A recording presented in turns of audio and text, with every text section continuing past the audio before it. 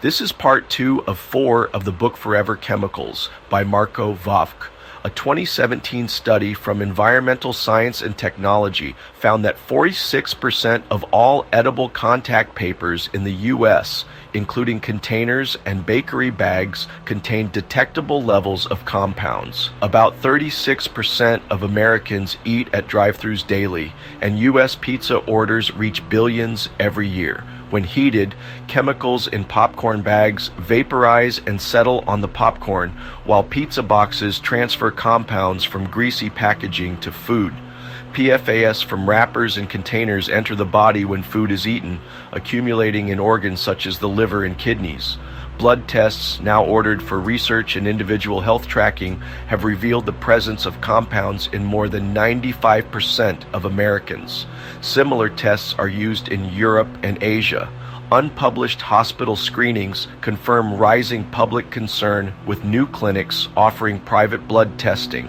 Treated textiles, including jackets, boots, and sleeping bags from brands such as Patagonia, North Face, Columbia, and items with Gore-Tex membranes, deliver water and oil resistance. Sleeping bags and tents used for camping contain tea chemicals, which can be absorbed through the skin during use. Furniture, carpets, car seat covers, and steering wheel wrappings feature coatings to prevent stains and wear. Well-known brands like Scotchgard, Stainmaster, and Sunbrella market these features.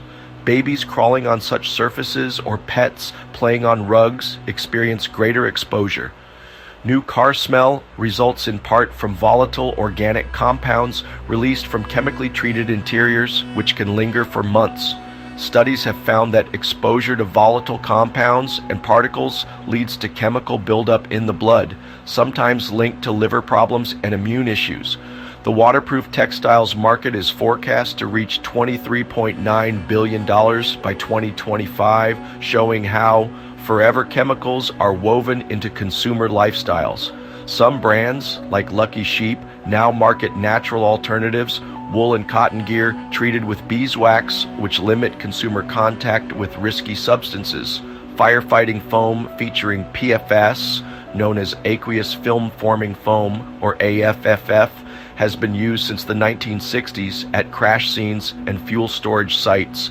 After the USS Forrestal fire in 1967, this foam was adopted throughout the U.S. Navy and at airports. Such chemicals settle into the soil, move into water sources, and persist for generations. The problem is well documented in California, where runoff from training areas and accident sites contaminates water used for crops and drinking. In 2014, farmland near Fairchild Air Force Base was so polluted that local farmers could not sell their harvest. States continue to update firefighting regulations, but much contamination remains, and cleanup is laborious due to how these chemicals dissolve and move with water. Cosmetics and everyday grooming products remain another primary source. A 2021 Environmental Science and Technology report found that over half the tested cosmetics, including those from popular brands like L'Oreal, Maybelline, and CoverGirl, contained some form of these chemicals. Daily use means regular skin contact, and lipstick in particular can be swallowed. Researchers estimate long-term lipstick users may ingest several pounds of treated product over a lifetime. Personal care routines such as shampoo, sunscreen, or dental floss further increase exposure among women. Biomonitoring studies continue to find higher blood concentrations in women who use more cosmetics. Women of childbearing age face unique risks as the chemicals cross the placenta and accumulate in breast milk, affecting fetal and infant development. Multiple studies show infants born to women with elevated exposure are at higher risk for low birth weight and developmental problems, laying the groundwork for ongoing research and public health campaigns. Industrial and manufacturing sectors expose workers to high levels through inhalation and direct skin contact. Fluorochemical plant workers, electronic waste recyclers, and ski wax technicians show the highest measured blood concentrations and can take decades to eliminate accumulated body burdens. Documented health consequences include increased rates of liver disease, thyroid dysfunction, and certain cancers. Aerospace companies use these compounds to ensure hydraulic fluids and wire insulation withstand heat and fire. Automotive groups use them in hoses, gaskets, and paint, which can lead to pollution through leaks, wear, or improper disposal. Electronic manufacturers, including Apple and Samsung, rely on these materials for circuit board coatings and semiconductors. Once devices are discarded, chemicals often leach from landfills to soil and creeks, contaminating new environments. Despite concerns, these compounds remain vital in producing smooth plastic films, tubes, and medical devices that must be free of imperfections for safety. American and European firms continue research for safer alternatives, while new products remain under regulatory review. In the oil and gas industry, these substances improve well drilling efficiency and help separate minerals in mining. Fluid injection for oil extraction, dust suppression, and de-icing all add to locality-specific pollution, often affecting rural communities. The renewable energy field, including solar panel manufacturing, uses these compounds in anti-reflective coatings to extend panel life, raising future disposal concerns. Contaminated panels may leach into land and water unless recycling programs advance to manage end-of-life products safely. Blood testing for these chemicals is more accessible than ever, with research institutions and private companies running blood and urine analyses for exposed workers, residents near manufacturing sites, and general population studies. These tests detect trace levels, helping track exposure trends across demographics. As explored here, forever chemicals permeate every industry and product, touching skin, food, water, and air. The following chapters will focus on how these substances shape agriculture and food safety, extending their reach from field to table and beyond. PFAS waste comes from manufacturing, consumer products, and industrial operations across China, the United States, and Europe. Incineration, landfill disposal, and deep well injection are the main disposal routes. Each method releases pollutants through air, water, or underground pathways, contributing to contamination. Incinerators burn these chemicals above 1,000 degrees Celsius in the US and Europe, but incomplete combustion can spread byproducts into both air and soil. Landfills are a primary destination for PFAS materials. These chemicals can escape containment and move into groundwater over decades. In America, 3,000 active landfill sites span about 250,000 acres, while globally there are more than 20,000 landfills. Many of these sites operate without oversight, with no official requirement to test for PFAS in runoff. Unregulated sites, meaning those lacking monitoring or modern pollution controls, are common near farms, forests, and abandoned factories. Dumping at these locations adds to environmental hazards by letting chemicals escape into soil, water, and air. Materials at such sites break down, allowing PFAS to reach groundwater, crops, and entire local communities. Deep well injection pumps liquid waste into underground formations. States such as Texas and Ohio use this technique, but PFAS chemicals are not always permanently isolated. There have been documented cases, including in Youngstown, Ohio, where the EPA identified migration through rock layers that contaminated aquifers, exposing communities to unwanted chemicals. Landfill leachate, the liquid that drains through trash, often holds extremely high concentrations of PFAS. A 2020 study found leachate contained up to 100 ppt, far exceeding the usual 100 ppt found at most wastewater treatment plants. Parts per trillion, PPT, represents a tiny amount, like a single drop in 20 Olympic-sized pools, but the EPA now recommends only 4 ppt per compound as the safe threshold.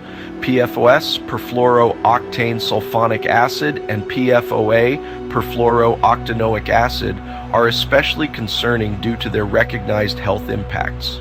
A 2023 study reported municipal waste liquid at 10,000 ppt, construction debris liquid at 6,200 pptp, and incinerator ash runoff at 1,300 ppt, all exceeding EPA guidelines by more than 100,000%. Contaminated liquids are often sent to municipal wastewater plants, which remove only 10–50% of PFAS.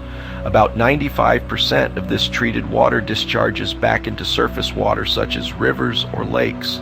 The remaining 5% becomes sewage sludge, which is processed into biosolids and spread over American farmland as fertilizer. The EPA promoted biosolids starting in the 1970s as a cost-effective way to improve soil and crop yields, not realizing the long-term risks. Farmers across the country adopted biosolids to enhance crop production, unaware of potential contamination. Leafy greens and root vegetables store more PFAS than grains. Consumers receive no warning at the store, since produce is not labeled for chemical content.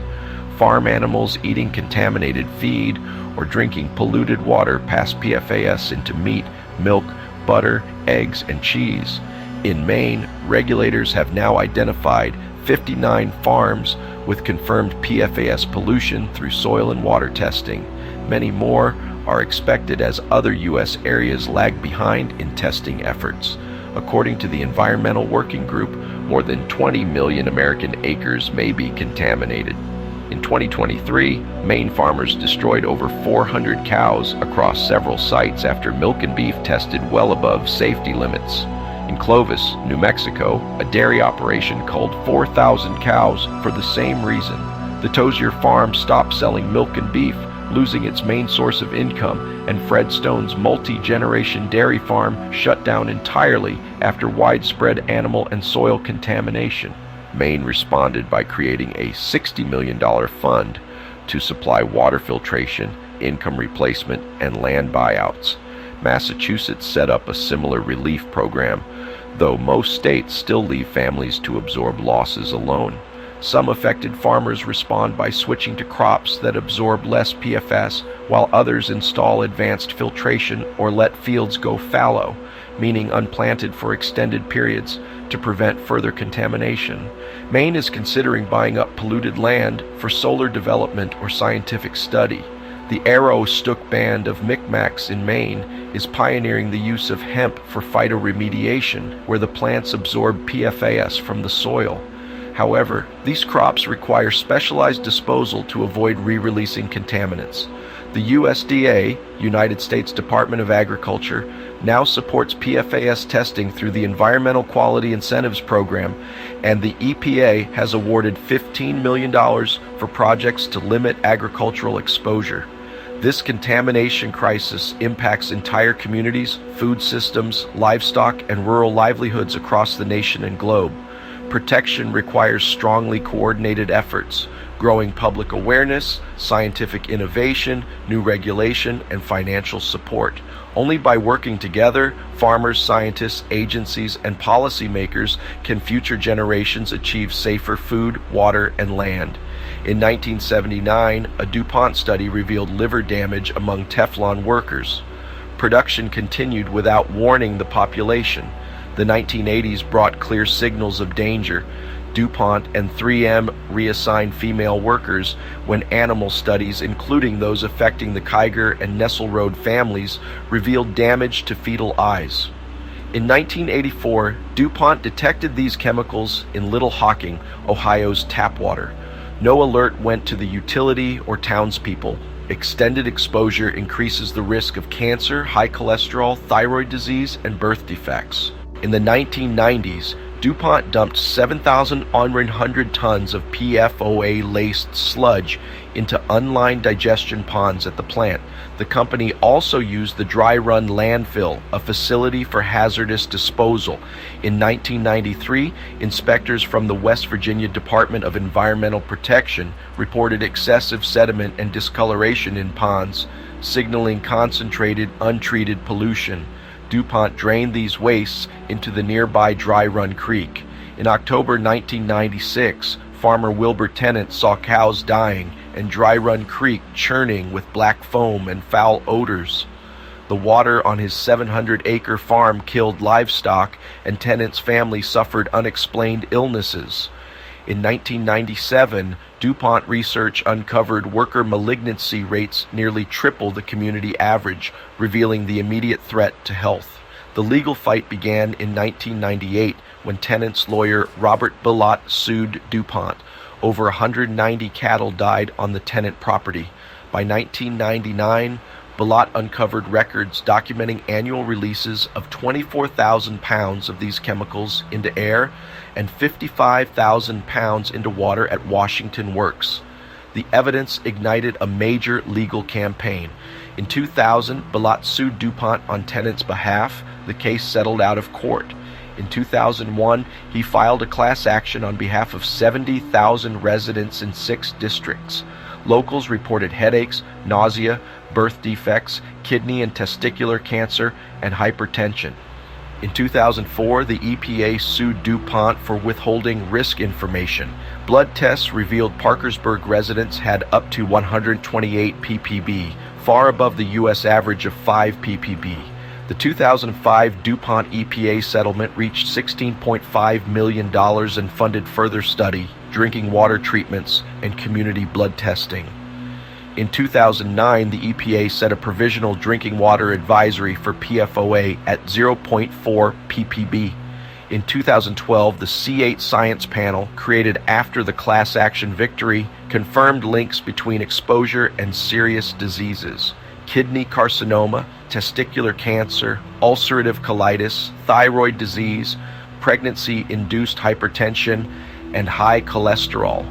DuPont spun off Chemours in 2015, including the Teflon line, to shield itself from mounting liabilities. In 2016, the EPA lowered its health advisory to 0.07 ppb. In 2017, DuPont and Chemours paid $670.7 million to settle 3,550 injury lawsuits, compensating residents for illness ranging from cancer to developmental disorders. General attention grew after the film Dark Waters depicted the Tennant family's struggle. In 2023, Ohio won $110 million from DuPont for environmental restoration along the Ohio River. In 2024, a federal court approved a $1.19 billion settlement for water contamination claims, bringing the total payout past $2 billion. The Parkersburg saga is a landmark case. It reveals DuPont's pattern of decades-long concealment, lasting health damage, and the massive cost to restore lives and natural resources. The settlements reflect progress, but full justice and safety for the region's families remain out of reach. This ends Part 1 of Forever Chemicals by Marko Vovk. Please go to Part 2. Below is the link to purchase the book, audio, or Kindle. PFAS enter people's bodies through water, food, and everyday items, affecting nearly every person on Earth. 97% of the global population has traces in their system. Contaminated drinking water is the primary exposure route. In America, 95% of water sources contain these substances. Globally, the number is 80%. Levels vary, but places near chemical factories, military bases, and landfills always show higher concentrations. West Virginia, for example, had tap water near a fluorochemical plant that reached 3,500 parts per trillion, PPT, compared to the EPA's advisory limit of 70 ppt. Some bottled waters in studies have measured up to 320 ppt, raising concerns for consumers seeking safer alternatives. Short-term effects of PFAS exposure include higher cholesterol, abnormal liver numbers, and increased uric acid. A 2018 North Carolina study found people living near a PFAS factory had cholesterol levels 30% over the national average. Ohio researchers saw a 50% increase in abnormal liver enzymes near contaminated sites. More uric acid leads to frequent and more severe gout attacks, which can cause joint damage, kidney trouble, and heart disease over time. The combination of high cholesterol and early liver damage can result in fatty liver disease, lasting inflammation, and even cirrhosis. PFAS weakens the immune system. Children with higher exposure in the Faroe Islands study, 2013, showed 25% fewer vaccine antibodies. During the COVID-19 pandemic, people with high levels had more severe cases and higher death rates. In Italy, deaths in a polluted region were 60% higher than in other areas. A Swedish study found that flu vaccines were 20% less effective for people with enormous PFAS burdens. Reduced antibody and medication effectiveness complicates disease control. Serious long-term problems are linked to PFAS. These include kidney cancer, thyroid disease, lowered vaccine response, ulcerative colitis, pregnancy-induced hypertension, and high cholesterol. In America, about 200,000 people live with PFAS-tied kidney cancer. Across the world, roughly 2 million have received the same diagnosis. Children face delayed growth, low birth weight, and lifelong complications in about 15% of exposure cases. Early puberty, especially in girls, also raises future breast cancer risks. Because these chemicals resist breakdown, they play havoc in the body. PFAS settles in blood, liver, and kidneys, staying for years. The half-life is 3 to 8 years, depending on the chemical. This was first documented in the 1970s in factory workers at a West Virginia plant. PFAS enter through ingestion, breathing, or skin contact, then bind to proteins and travel to organs. The compounds disrupt fat processing in the liver, increasing the risk of fatty liver. They limit kidney function, making filtration and waste removal less efficient. No clear safe level exists, but the higher the amount, the greater the risk for health effects. Continued contact with these chemicals worsens existing conditions such as high cholesterol and gout. Someone with high uric acid may experience more severe and frequent attacks, while joint deformities and kidney complications can follow. High cholesterol results in hardened arteries and a higher risk of heart disease. Ongoing liver stress may cause scarring or cirrhosis. PFAS also disrupts hormone balance, damaging the endocrine system that controls growth, metabolism, and fertility. This contributes to obesity, diabetes, and metabolic disease by interfering with the way the body processes sugar and stores fat. Over 40% of American adults are obese, and 11% have diabetes. Rates worldwide are rising, passing 13% and 10% respectively. Eating healthy alone doesn't address the risk of hidden PFAS-contaminated fruit in a plastic container. Osteoporosis risk rises because these substances alter how the body processes and stores calcium. About 10 million Americans and 200 million people worldwide have osteoporosis. Reproductive effects are apparent. Hormonal disruption impacts egg and sperm production, mood, and brain function. This may raise the risk for depression, anxiety, and behavioral issues alongside physical illness. Blood tests reveal widespread exposure. 97% of Americans test positive for PFAS, but only 7% have undergone detailed screening via programs like the National Health and Nutrition Examination Survey. NCHAIN's measures select chemicals with special blood tests as an exposure estimate. High levels are often found near plants or landfills where water samples consistently exceed safety limits and contamination is widespread across every continent. People living near industrial sites or defense installations experience regular contamination far above national regulations. In America, 31% of tested groundwater samples near PFAS points exceed safety amounts, while the figure falls to 6% elsewhere. Specific professions face extra danger. Firefighters, manufacturing staff, and ski wax technicians show greater accumulations due to sustained product contact. Firefighters using foam report 20-30% higher cancer risks. Socioeconomic differences affect risk. Neighborhoods with fewer resources are often closer to pollution sources or rely on unsafe water. Indigenous groups eating more wild fish or game get higher exposures. In Alaska, studies show local fishers have markedly increased PFAS levels after eating contaminated salmon from affected rivers. generational impacts add up. These chemicals disrupt hormones that guide growth and reproduction. Obesity, diabetes, and heart disease rates climb as fat storage and sugar usage are altered. Prenatal and infant exposure is especially dangerous. PFAS cross the placenta, reaching developing babies by interfering with nutrition, hormone balance, and waste removal. American and Japanese studies link higher PFAS to low birth weight, preterm birth, and high blood pressure in pregnant mothers. Each increase in exposure reduces birth weight. One study found a 29-gram weight reduction per unit rise in PFOS during pregnancy. Breastfeeding mothers unknowingly pass PFAS to infants, since these compounds dissolve in breast milk and persist longer than in infant formula. Compared to adults, infants and young children take in more food and water per pound, multiplying their risk. The developing brains and immune systems are at higher risk from smaller exposures. High levels affect child growth, brain development, and disease resistance. Thyroid disruption, for instance, slows brain maturation and increases the risk for autism and developmental delay.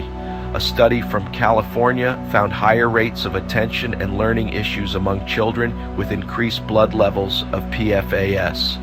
Metabolic and immune systems are also harmed. Children exposed early accumulate more body fat and often experience higher diabetes risk later. Vaccine responsiveness is reduced, with longer recovery after illness. Lower IQ scores, weak memory, and poor school performance can result. These effects compound over time, increasing the chance of adult health conditions such as obesity, diabetes, heart disease, osteoporosis, and mental health disorders. In the United States, 40% of adults are obese, a number that PFAS exposure may help drive. Hormonal imbalances from PFAS can worsen depression and anxiety through ongoing effects on estrogen and testosterone. PFAS present danger at every life stage. Its persistence in the body and environment causes problems that cascade through time. A single early exposure can lead to chronic illness later. While scientists and doctors learn more every year, the public often has little understanding of how severe or widespread the threat is. PFAS contamination is a global menace, threatening wildlife and ecosystems on a massive scale. With over 600 species affected across continents, these forever chemicals seep into food chains via polluted water, soil, and air, inflicting irreversible health damage on numerous animals. From the Arctic to Florida's wetlands, no species is immune to the reach of PFAS. In North Carolina's Cape Fear River, American alligators battle contamination from the Chemours plant, operated by DuPont from 1971 to 2015. PFAS exposure extends over 300 miles of waterways in this region. Every tested alligator had measurable PFAS in its blood, with average liver concentrations of 10 ppb, 10 times the amount found in less impacted habitats. The animals display unhealed wounds and autoimmune conditions, with interferon alpha genes 400 times more active than in healthy controls. This immune activation mirrors what is observed in human lupus patients, making the case for a strong connection between wildlife and human health effects.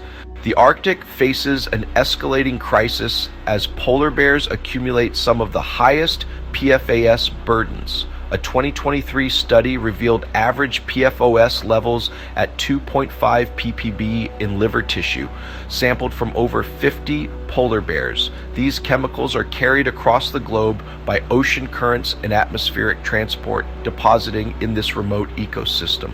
Exposure results in pronounced thyroid dysfunctions and lower cub survival rates. The thyroid disruptions seen in these bears resemble the patterns documented in human populations living near pollution hotspots, highlighting a shared biological risk. Tigers in both India's Sundarbans mangroves and Russia's Primorsky Krai are exposed through rivers collecting effluent from textile mills. Blood serum from a dozen tigers in these regions displayed an average PFOS of 1.2 ppb, leading to liver enlargement and less efficient hunting. Such contamination heightens extinction risks in already vulnerable populations, underscoring the need for urgent intervention to safeguard at-risk species. Long-tailed macaques in Thailand's Khao Yai National Park absorb PFAS from agricultural runoff. Research in 2023 measured PFOS at 0.8 ppb and PFOA at 0.45 ppb in the blood of 15 tested monkeys. The findings included developmental delays and abnormal cortisol, stress hormone levels. Giant pandas, emblematic of nearby China's conservation efforts, also suffer exposure from electronics manufacturing in the Qinling Mountains. Fecal testing identified PFOS at 1.1 ppb, which is linked to abnormal liver enzyme activity and stunted vaccine responses. Marine mammals have not escaped these impacts. In South Carolina, bottlenose dolphins in Charleston Harbor measured average PFAS at 3 ppb in blood plasma. Biopsy samples showed advanced inflammation and liver fibrosis, with observed calf death rates 30% higher after exposure. The forms of liver damage parallel patterns found among humans living in contaminated regions. Birds are especially sensitive along major migratory routes. At New Mexico's Holloman Lake, U.S. Air Force firefighting foam has contaminated water and soil since the 1970s. Livers of mallards averaged 12.4 ppb PFOS, while killdeer exceeded 32 ppb. Hundreds of migratory species ingest contaminated invertebrates, causing many nests to fail or leading to unhatched eggs. PFAS's reach also includes agricultural animals and livestock, threatening food chains and rural economies. In Clovis, New Mexico, 3,665 cows were culled after their milk reached 6 ppb PFOS, vastly higher than the FDA's 0.02 ppb safety limit. The incident, linked to Cannon Air Force Base, resulted in $5.9 million in lost revenue for Highland Dairy. This is a salient example of the severe economic hardship PFAS contamination creates for farming communities everywhere. Globally, livestock face similar issues. While the USDA found no detectable PFAS in 550 U.S. chicken samples, Chinese studies quantified levels of 25.7 ppb PFOS and 4.75 ppb PFOA in chicken livers near industrial centers. Swedish research found every pig at one contaminated farm tested positive. Chinese pig livers by industrial wastewater held PFOS at 4.29 ppb. Pollution of aquatic systems amplifies PFAS's impact. Lake invertebrates at Holloman show concentrations between 1.1 and 77 ppb, transferring chemicals to fish and birds. The Cape Fear River's plankton also accumulates measurable PFAS, affecting food webs from the lowest to highest trophic levels. The contamination of game fish is especially critical. Measurements, given in nanograms per kilogram, (ng/kg), reflect toxicity at the smallest levels. The EPA Health Advisory for PFOS in water is 0.02 ngl, equivalent to roughly 1,000 ng/kg in fish.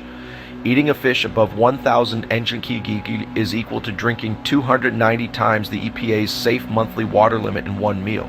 Minnesota authorities classify PFOS as 10 times more poisonous than mercury in consumed fish. Trout and bass across America are commonly affected. Largemouth bass from the Cape Fear River reach 41,219 ng/kg PFAS.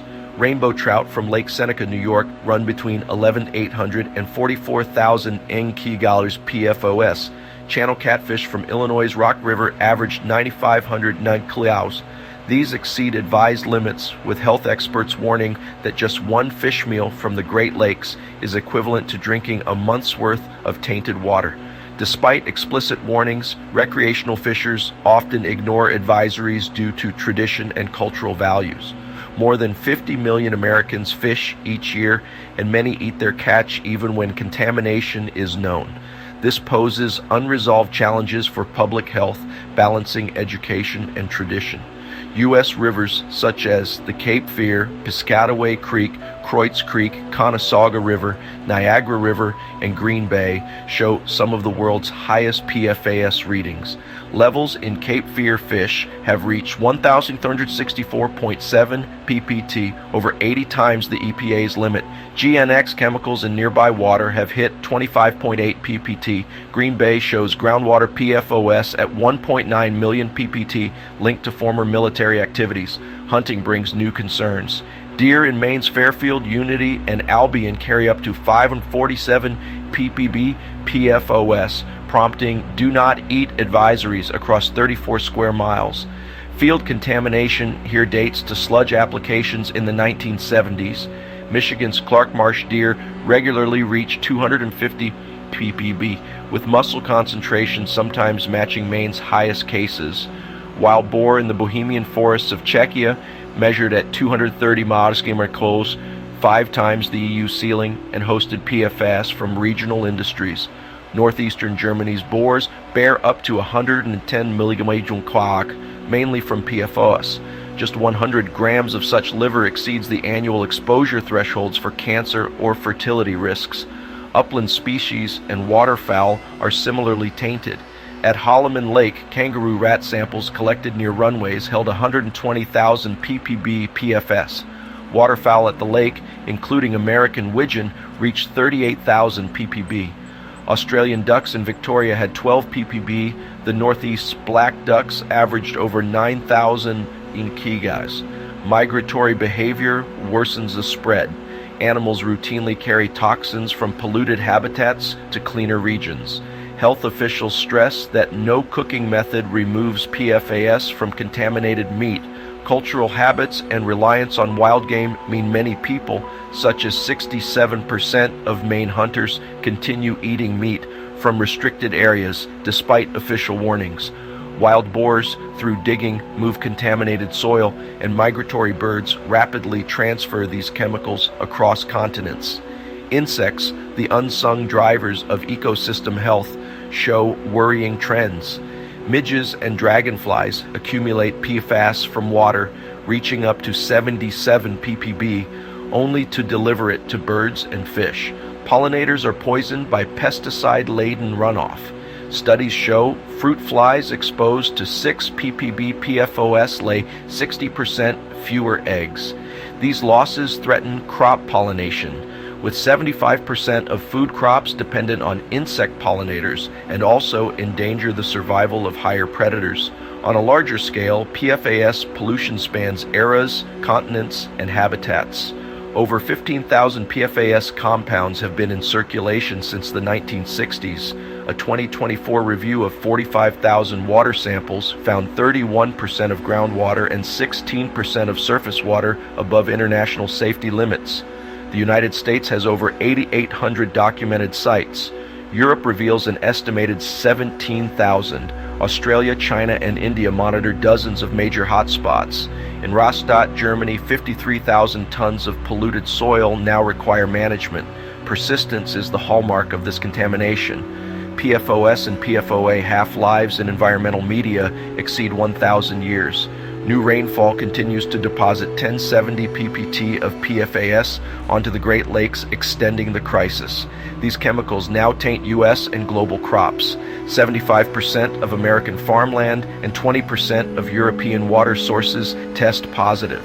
This is the end of part 2 of 4 of Forever Compounds by Marko Vovk. Go to part 3